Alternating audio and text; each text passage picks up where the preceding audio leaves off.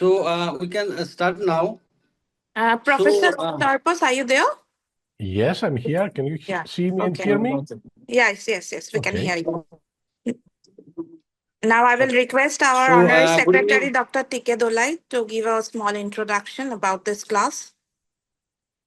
Good evening. Thank you very much, everybody. First of all, thanks the European Society of the Hematology and to be present in this the meeting of this the ISHBT-EHA the joint master class. You know that this master class is happening for the last couple of years. So we have a series of the program monthly conducting the speaker from the different parts of the country and also the outside the country. And this is a very, very popular program among the postdoctoral and the postgraduate and also the because in this the program we usually focusing on the current aspects of the different hematological disorder, that is from the laboratory perspective, from the clinical perspective, from the molecular perspective, and also into the bone marrow transplant. So I think that today the excellent speaker is there, the Professor Terpos is there. So he will be highlighting the multiple myeloma advances. So with this brief introduction, I hand over to the Ms. Khushi, the executive of our Indian Society of Hematology and Blood Transfusion. Thank you, sir, for the small introduction. Now I will request Mr. Tonmoy, please play the video of EHA, European Hematology Association, on this platform.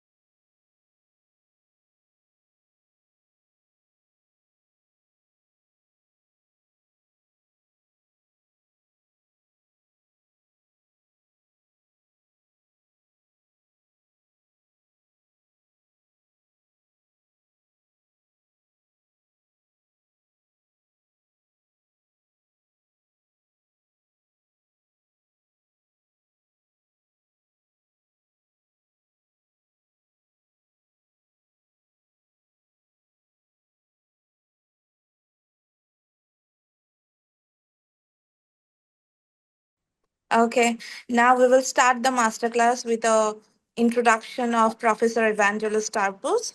So Professor Evangelos Terpos is a hematology and director of Stem Cell Transplant Unit, National and Kapodistrian University of Athens, School of Medicine. So over to you, sir.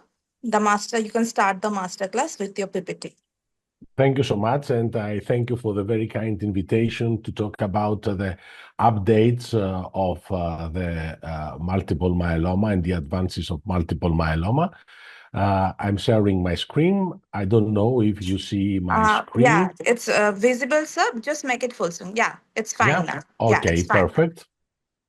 Perfect. So my main topic is to update you about the management of multiple myeloma, and you will be the first to see the first international audience who is going to see the new European Hematology Association guidelines for the treatment of multiple myeloma.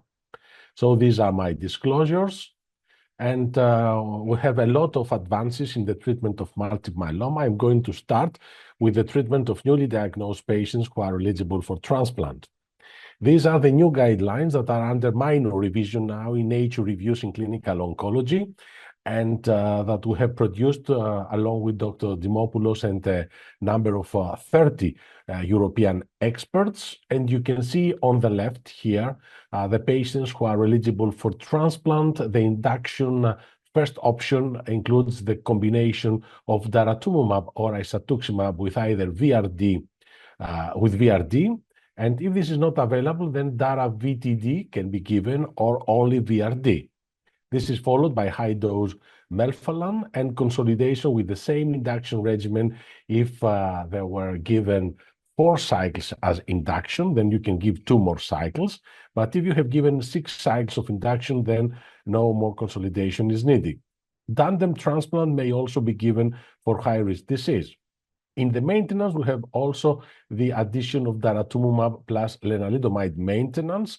This is an approved indication now in Europe, and not only lenalidomide maintenance alone. I'm going to give you the data that we changed the previous guidelines. And the first study comes from the Perseus study. This is the European Myeloma Network study that was conducted in more than 10 European countries and was presented by Peter Sonneveld in New England Journal of Medicine in January last year.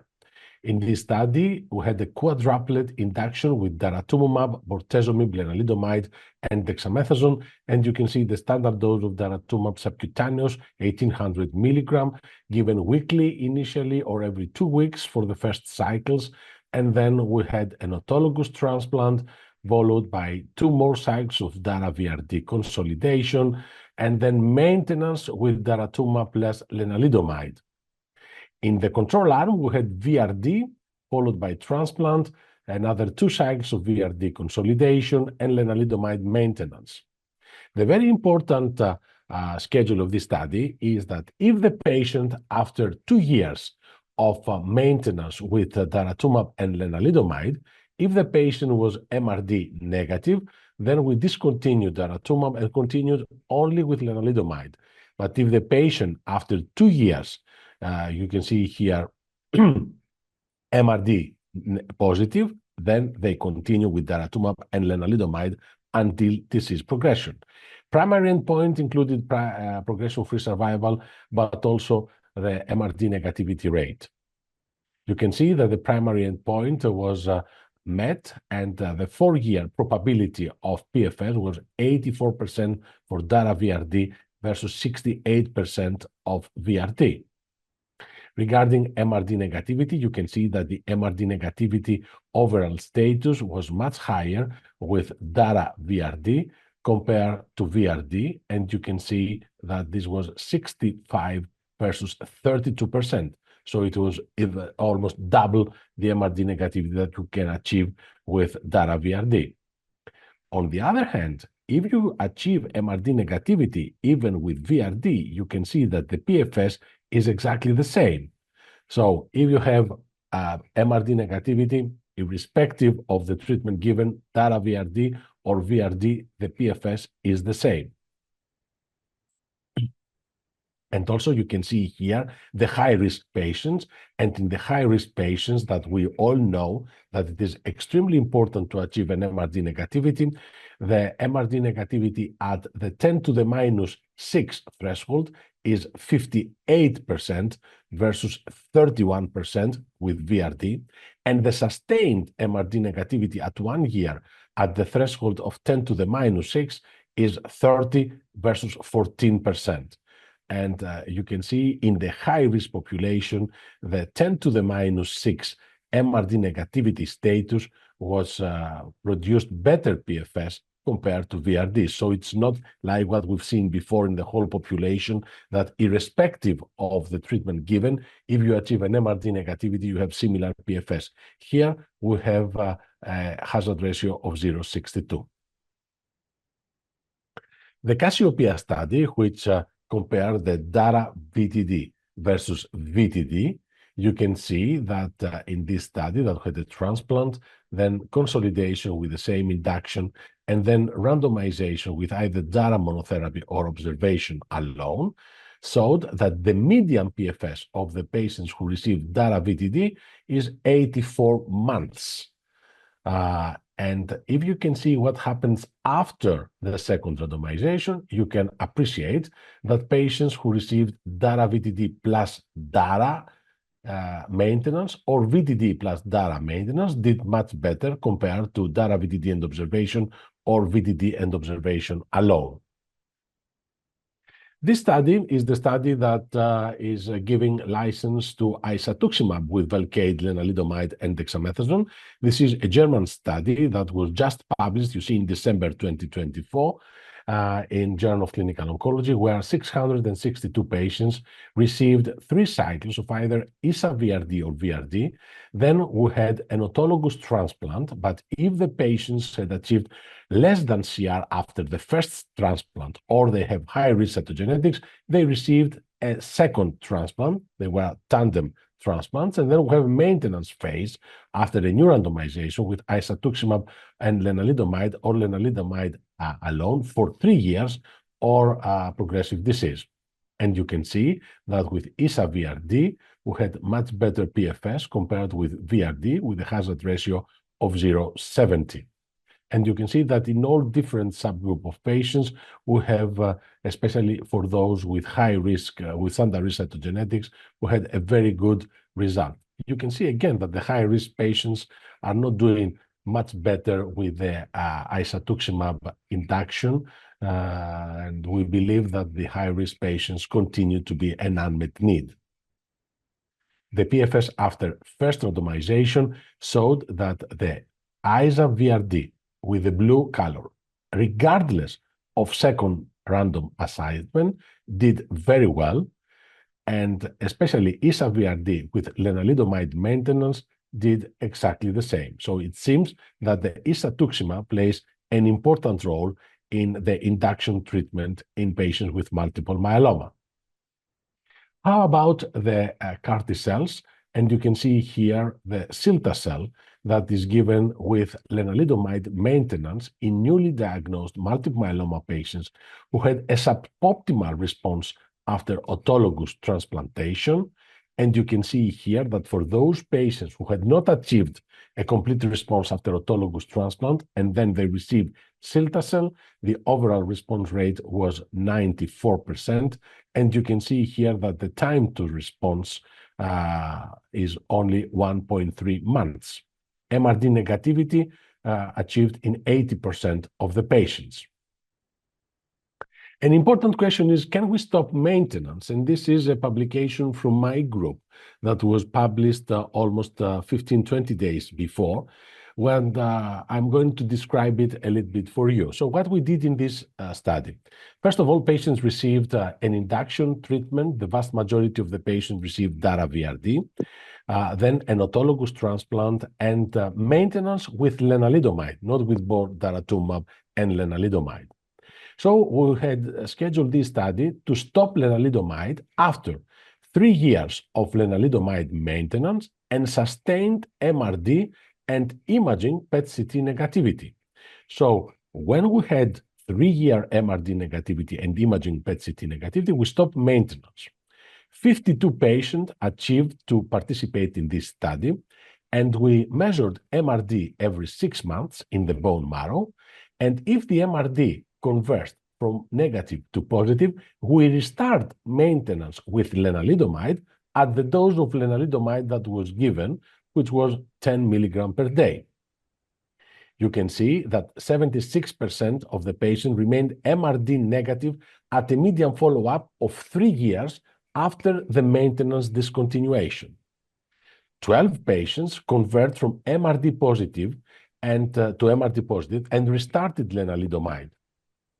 1 only became MRD negative again.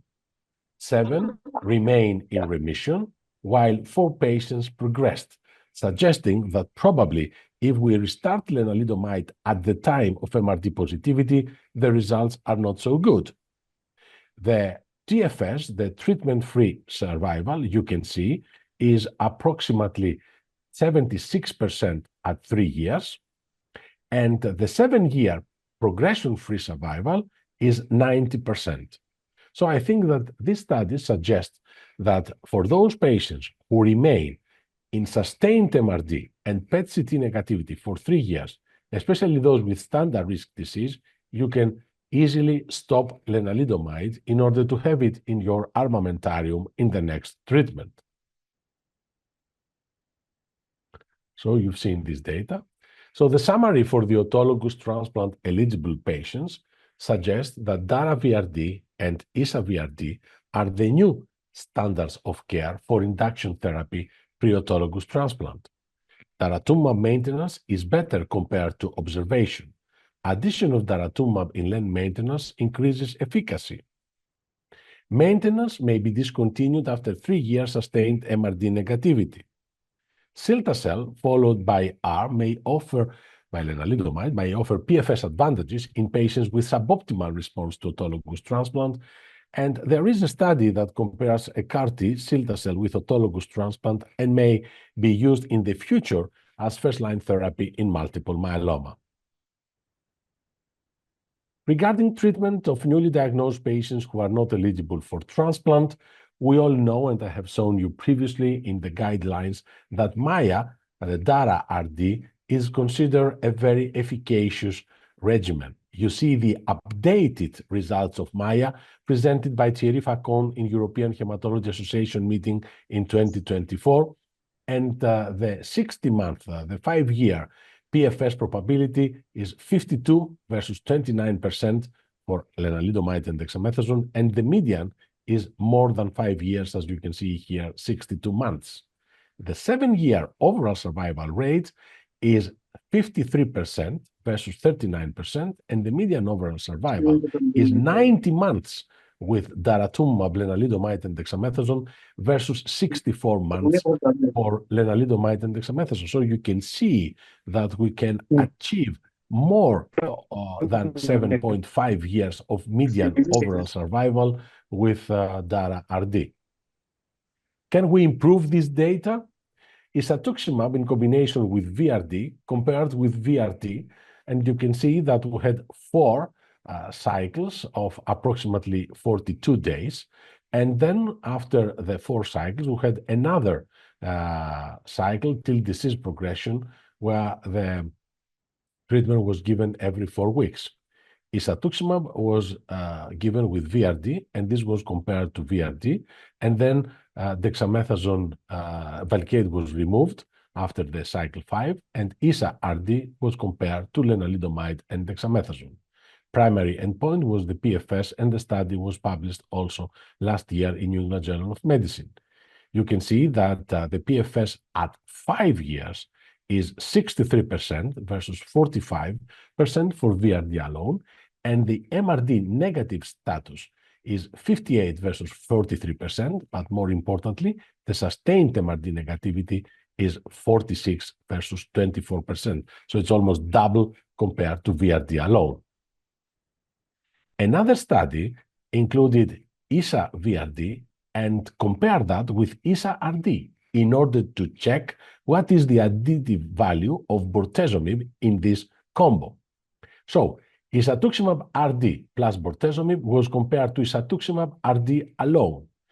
12 induction cycles followed by another 6 cycles of isatuximab, bortezomib, and lenalidomide without dexamethasone, or isatuximab and lenalidomide. And after this 1.5 years, we had a maintenance with isatuximab and lenalidomide in both arms. You can see that the MRD negativity rate, and this was just published in Nature Medicine, is, you can see 51% at the 10 to the minus 5 with ISA-VRD versus 21 with ISA-RD. So you can see that the additive value of Velcade is very high for achieving a better MRD negativity rate. But even at 18 months, at the level of 10 to the minus 6, this is even double. So Velcade has created this enormous difference in the efficacy of the quadruplet compared to the triplet. And you can see that regarding survival, we don't have very mature data yet, but regarding PFS, you can see that the ISA-VRD has started to have a difference compared to ISA-RD, but not yet mature data for that. Finally, the CEPHEUS study compared daratumumab VRD with VRD, and this was 8 cycles of Dara VRD versus VRD, and then after the 8th cycle, bortezomib was removed, and we have the comparison between Dara RD after cycle 9 versus RD. Primary endpoint, the MRD negativity rate. You can see regarding PFS almost similar data with the IMROS study after a median follow-up of approximately 5 years. The 54-month PFS is 68 versus 50% for DARA VRD or VRD. The VRD is doing very well in this study with a median of more than 4 years. And the overall survival has not achieved yet the difference. If we censor for death due to COVID-19, you can see that we start having a difference with DARA VRD with a hazard ratio of 0.69. Furthermore, we have new studies where the bispecific antibodies like teclistamab are going into the treatment armamentarium of the elderly population. And you can see that we have these studies where teclistamab plus lenalidomide was compared to the standard of care. In this study, you can see that especially after autologous transplantation, if you add teclistamab to lenalidomide, you may have a higher MRD negativity rate, which goes to 100% in all teclistamab arms. So the summary for the autologous transplant in eligible patients suggests that the combination of daratumumab with lenalidomide and dexamethasone seems to be the standard of care for several patients, especially with those of intermediate or frail geriatric score. The quadruplet of ISHBT-VRD or DARA VRD are the new standards of care, definitely for the fit patients. For the intermediate fit and the frail, we wait for the sub-analysis from IMROS and CEPHEUS. The T-cell engagers and the ADCs are now in trials in the frontline therapy, while DARA VMP or DARA VCD, although DARA VCD has not been approved, may be suitable for patients with renal impairment. If you don't have the ability or the availability of a quadruplet, VRD is an approved indication also.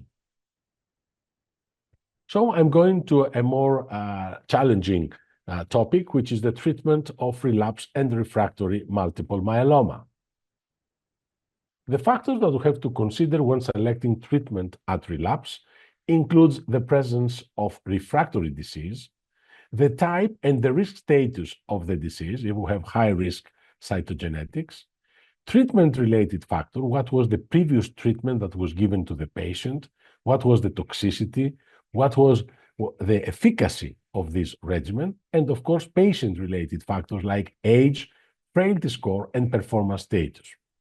The goal of treatment is to maximize the response, to have an MRD negativity, and to maintain disease control, to prolong PFS and overall survival. I know that this is a very busy slide. This is the second-line anti-myeloma therapy in the new European Hematology Association European Myeloma Network guidelines, but I'm going to explain a little bit easier what this means. So we have patients who have not been given at first-line daratumumab or patients who had been given daratumumab. For those patients who have not been given daratumumab or are sensitive, for example, patients who receive daratumumab only as induction before transplant, and then DARA VRD, for example, 4 cycles, then autologous transplant, and lenalidomide maintenance. So if these patients are lenalidomide sensitive, you can give all the different lenalidomide-based regimens like DARA-RD, KRD, ixazomib-RD, or LORD. You can give the combination of carfilzomib dexamethasone with either daratumumab or isatuximab, or you can give the new combination of belantamab with pomalidomide and dexamethasone, or with Velcade and dexamethasone if the patients are bortezomib sensitive. If you have lenalidomide refractory, and especially if you have bortezomib refractory, then the options that you have are reduced. So cilta-cel is the preferred regimen for lenalidomide refractory patient. And if the patients are bortezomib sensitive and have not received daratumumab, of course, DARA-KD or ISA-KD can be given. Belantamab mafodotin with POM and DEX can also be given. For those patients who are CD38 refractory plus lenalidomide refractory, then the preferred regimens include cilta-cel and belantamab with pomalidomide and dexamethasone. Selinexor with Velcade and dexamethasone, carfilzomib and dexamethasone, and belantamab, bortezomib, and dexamethasone can be also used. I'm going to give you some more data on these combos. So for those patients who have not received lenalidomide upfront, which is very low percentage now, or received lenalidomide and are sensitive, so not refractory to lenalidomide, KRD, DARA-RD, LORD, or XRD can be given, with DARA-RD having the best results. However, as I previously mentioned, daratumumab and lenalidomide are used more and more in the first-line therapy, and this is a challenge for the first relapse. The CAR T-cell therapy goes now upfront, and this is the study where cilta-cel was compared to the standard of care for patients who are lenalidomide refractory. All these patients were lenalidomide refractory, and 25% of them were also daratumumab refractory. Unfortunately, the standard of care included only dara-pom-dex, not dara-KD, and for this reason, this is totally suboptimal. Or POM-VD, the standard of care includes dara, POM-dex, dara-VD, or POM-VD. And you can see that the difference is huge, although in the first 3 months, you can see that there is a better result of the standard of care because several patients here may die either because they haven't received the cilta-cel or they were very refractory to that. The MRD analysis from this CARTITUDE-4 trial of the cilta-cel versus standard of care showed that the 10 to the minus 6, for those patients who are evaluable for MRD, you can see that the difference is chaotic. 85% for cilta-cel, 19% for the standard of care. And of course, the time to MRD negativity was very rapid with cilta-cel versus the standard of care. What are the new regimens that we have? You heard before the combination of belantamab with either bortezomib and dexamethasone or belantamab with pomalidomide and dexamethasone. This is the only study that compares directly to monoclonal antibodies, belantamab mafodotin or daratumumab, in combination with Velcade and dexamethasone in patients who had received one prior line of therapy, and there was a stratification for 1, 2 to 3, or more than 4 lines, for prior bortezomib and revised ISS staging. Almost 500 patients were randomized to receive either Bela-VD or Dara-VD. Belantamab in this cohort was given at the dose of 2.5 milligram per kilogram every 3 weeks for 8 cycles, and then bortezomib was removed, dexamethasone was removed, and after cycle 9, we had a direct comparison between belantamab mafodotin and daratumumab. Primary endpoint, PFS. How about the patient characteristics? You can see that in both arms, 28% of the patients were high-risk cytogenetics. 52% of the patients had received prior lenalidomide, and 1/3 of the patients were refractory to lenalidomide. So this is not a true refractory population. Only 1/3 were refractory to lenalidomide. The PFS with Bela-VD is, let's say, remarkable, 3 years, versus only 13 months for Dara-VD. I think the difference is huge. And you can see that even the PFS too is better with Bela-VD versus Dara-VD, although we have to recognize that in Bela-VD arm, only 40% of the patients received daratumumab at the time of progression, suggesting that if more patients received daratumumab, the difference would be even more pronounced. We had also overall survival data that were presented in the last ASH meeting in December, and you can see that the 3-year overall survival rate is 74% for Bela-VD versus 60% for Dara-VD. So definitely Bela-VD is a new standard of care in the relapsed refractory setting. But as I previously mentioned, daratumumab is used in the majority of the patients. What we have for both Dara and Len refractory patients, we have only KD till now, POM-VD or cel-VD, with a very, very low number of patients who had been exposed to daratumumab in this study. And for lenalidomide refractory, KD offers only 8.6 months of median PFS, POM-VD 9.5 months, and selinexor-VD 10.2 months. So we don't have very good results for lenalidomide refractory. So you can imagine what's happening if you add daratumumab refractory patients also.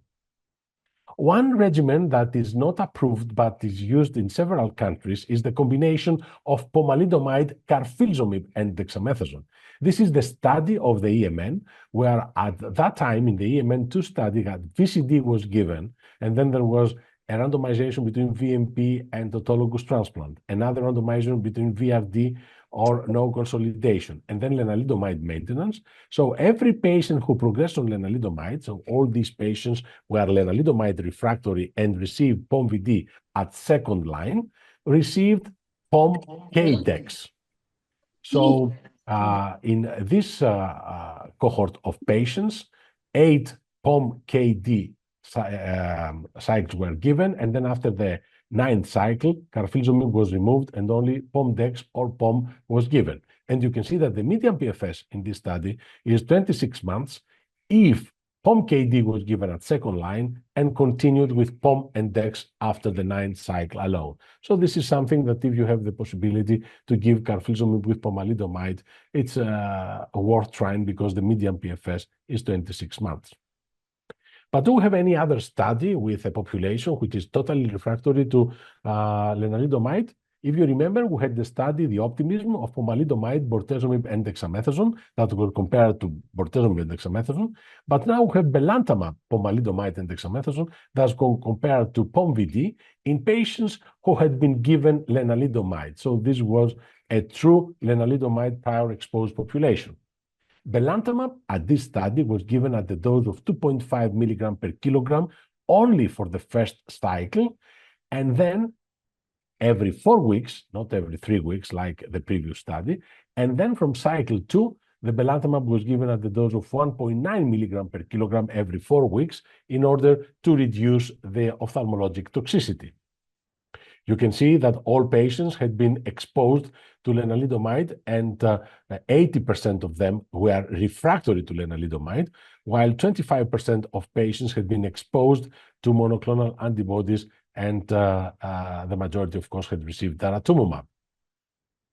The results of this study is also very good in terms of Bela-POMDEX. At 1 year, the median, the 12-month probability of PFS is 71 versus 51%. The median from POMVD has been reached is 12.7 months, what expected, but the median has not been reached yet for Bela-POMDEX.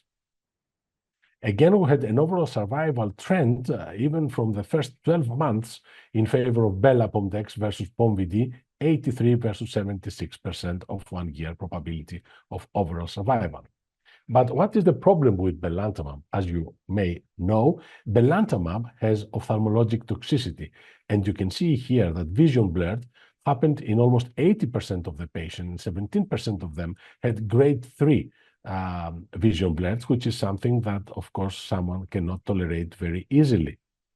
How can we manage this toxicity is by prolong the duration of prolonged the interval between the belantamab mafodotin doses. You can see here that during the first 3 cycles, belantamab was given every 4 weeks, like in schedule, but then after the 3rd cycle, the majority of the patients received the drug every 8 weeks, every 2 months, and after the 9th cycle, every 12 weeks, so every 3 months. And despite the fact that the majority of the patients received the drug every 2 to 3 months, there is no difference in the PFS, and the PFS, as you have seen, is much better with Bela-POMDEX compared to POMVD. So I think that if you give the drug every 2 or 3 months, you have very low ophthalmological toxicity, and you manage to maintain your efficacy in very high standards. And I'm going to stop with the late relapses in order to have some time for questions. And you all know that at late relapses, especially for patients who are triplet-class refractory, the 2 CAR T-cell products are giving very good results. Ide-cel offer 82% of overall response rate, but the median PFS is not magnificent, only 9 months. But cilta-cel is doing extremely good, and overall response rate is almost 100%. The median PFS in this study is now 34 months in triple-class refractory patients.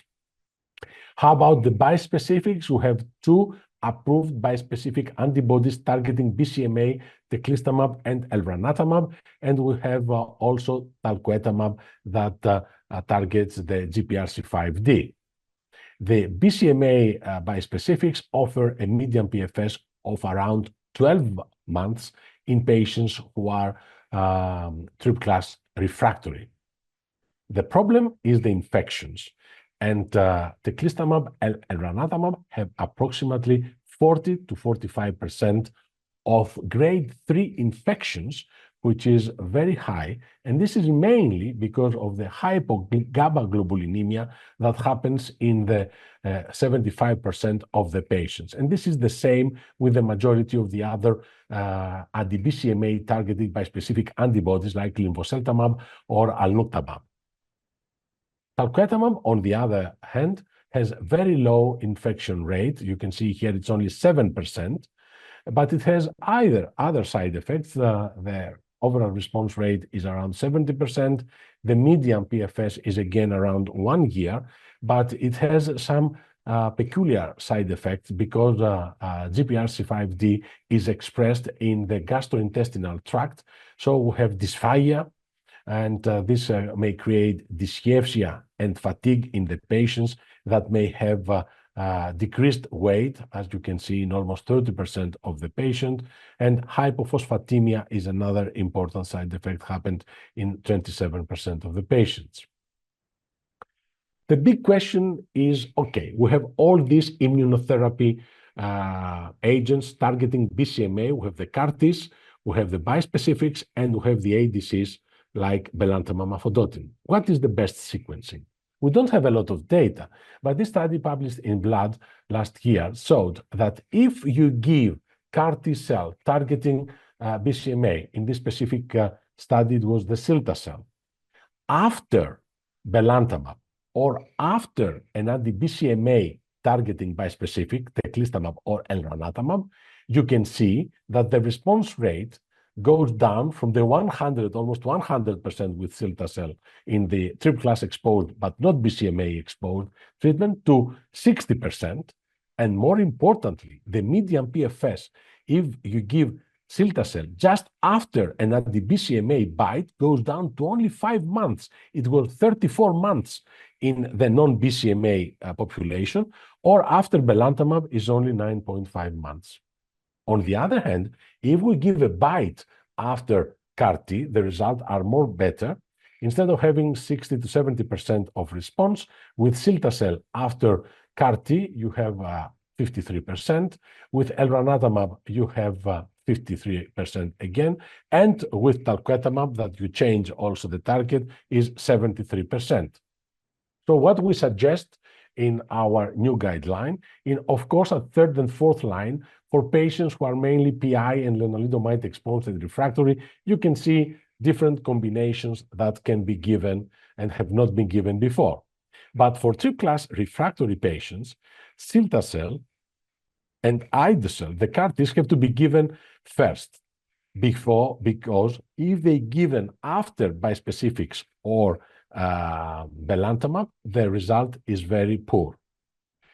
Of course, for patients who have been exposed to 4-class, for example, a PI, IMiD, monoclonal antibody targeting CD38, and the CAR-T targeting BCMA or ADC, then talquetamab, which is the BiTE that targets GPRC5D, is the preferred one, followed by others like teclistamab or elranatamab.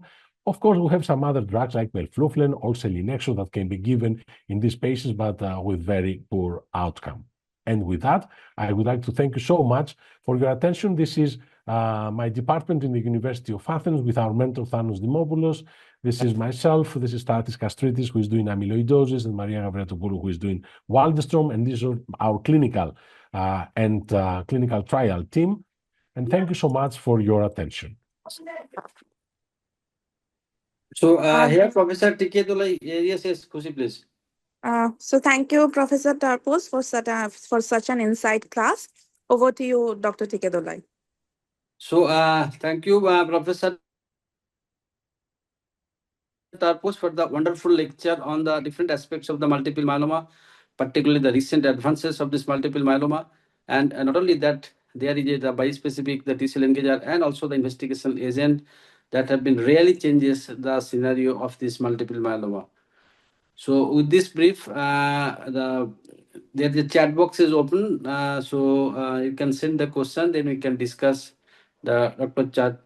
Terpos can able to give this answer. Before that, I have a few questions to Dr. Terpos.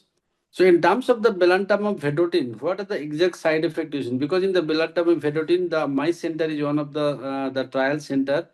So in the belantamab trial, we've seen that there is the corneal toxicity is one of the important apart from the myelotoxicity. So what is your personal experience in terms of this belantamab?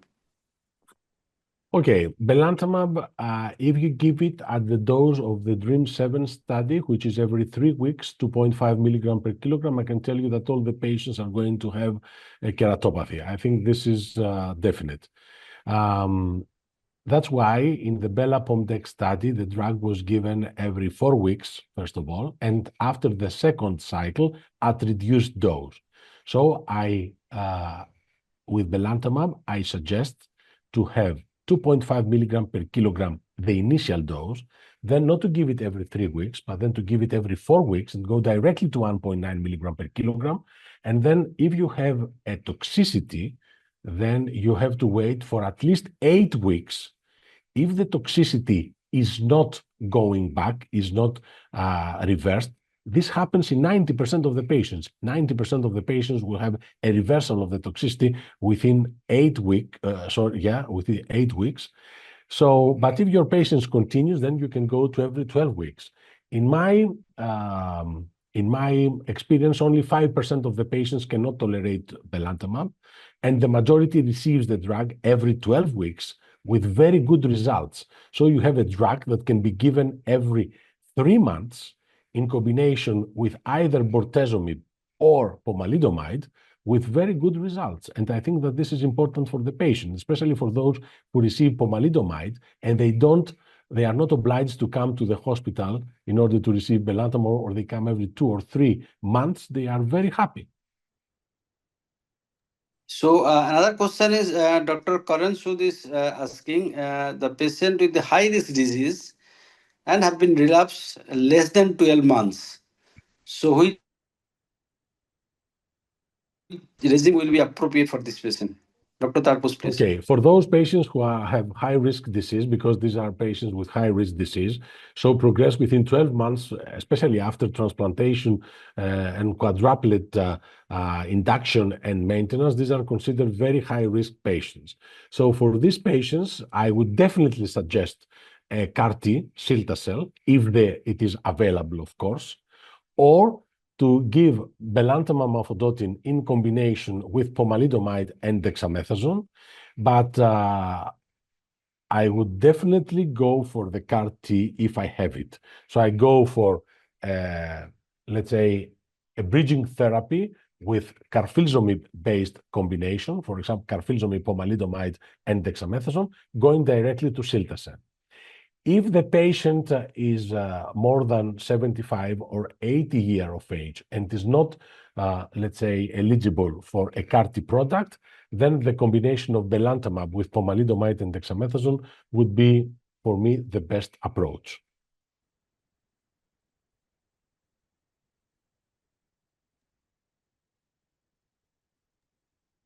Okay, so there is another question in the chat box by Dr. Malini Gar. I check it also. I check it, yes. In elderly patients more than 70 years of age, 75, with high-risk disease, with renal dysfunction, with non-affordability of daratumumab, what will be your approach? Definitely, in this patient, I would give VCD. Velcade definitely is needed. For me, the best combination would be Dara-VCD in this patient. But of course, if you don't have daratumumab, you can go with VCD. Even with VCD, you are going to have in 50 to 55% of the patient reversal of the renal impairment, and then you can substitute cyclophosphamide with lenalidomide.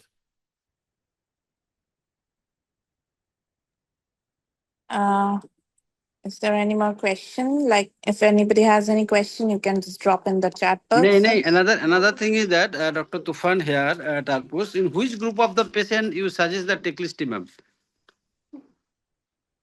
In Europe now, we have approval only for patients who are triple-class refractory. So for patients who are triple-class refractory and are not eligible to receive a CAR-T product like cilta-cel, then we go for either cilta-cel or elranatamab, and we keep talquetamab for the next treatment. Now I believe that the role of these drugs will not to be given continuously, because with the continuous use, I believe that you exhaust your immune system. So I believe that in the future, the population that teclistamab or elranatamab are going to be used, maybe after transplant as maintenance for a fixed duration, for example, 1 year, for high-risk patients. For example, you can get Dara-VRD autologous transplant, and if you don't have very good results, you can go for teclistamab, or they may be used as a bridging for CAR-T cells. But this is in the future, of course. Yes. Another question is there in terms of the different CAR-T cells. So what is your opinion in terms of the BCMA CAR-T cell? The BCMA CAR-T are the CAR-T that has been licensed to date. We are now having trials with targeting other molecules like GPRC5D, but it seems that they are very toxic. We are going to wait for the results. But till now, we have only CAR-Ts that target BCMA that have been approved for use.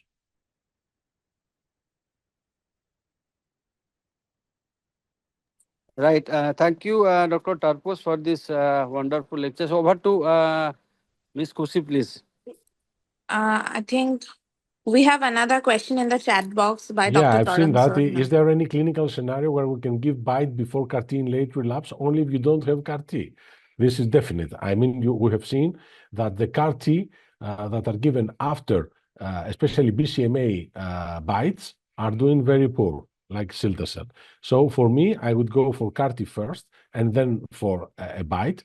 But also, if the patient is not eligible for a CAR-T, like an elderly patient, of course, the BiTE will be given.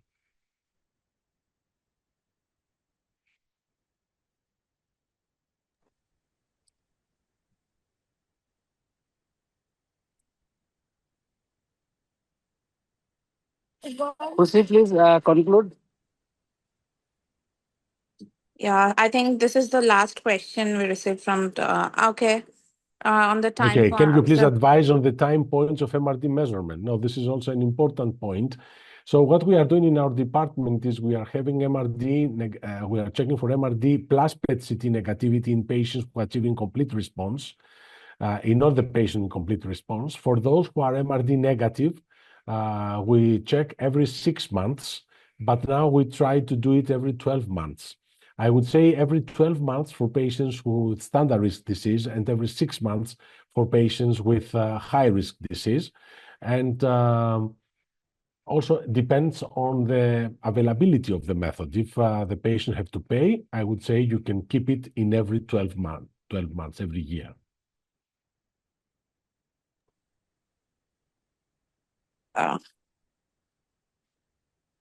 Okay, so if there is no more questions, so Professor Terpos, can we conclude?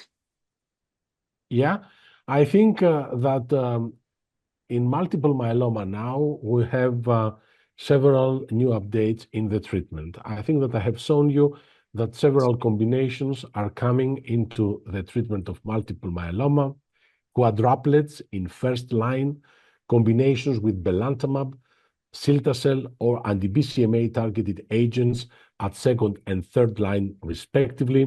So we need to know how to use these drugs. We are not very sure about the optimal sequencing. The only good news is that with the use of quadruplet plus transplant plus consolidation and maintenance with Dara plus Len, in the next European Myeloma Network meeting, which is going to held in Athens, in my city, there's going to be an abstract which will suggest that the median PFS is going to be between 13 and 17 years.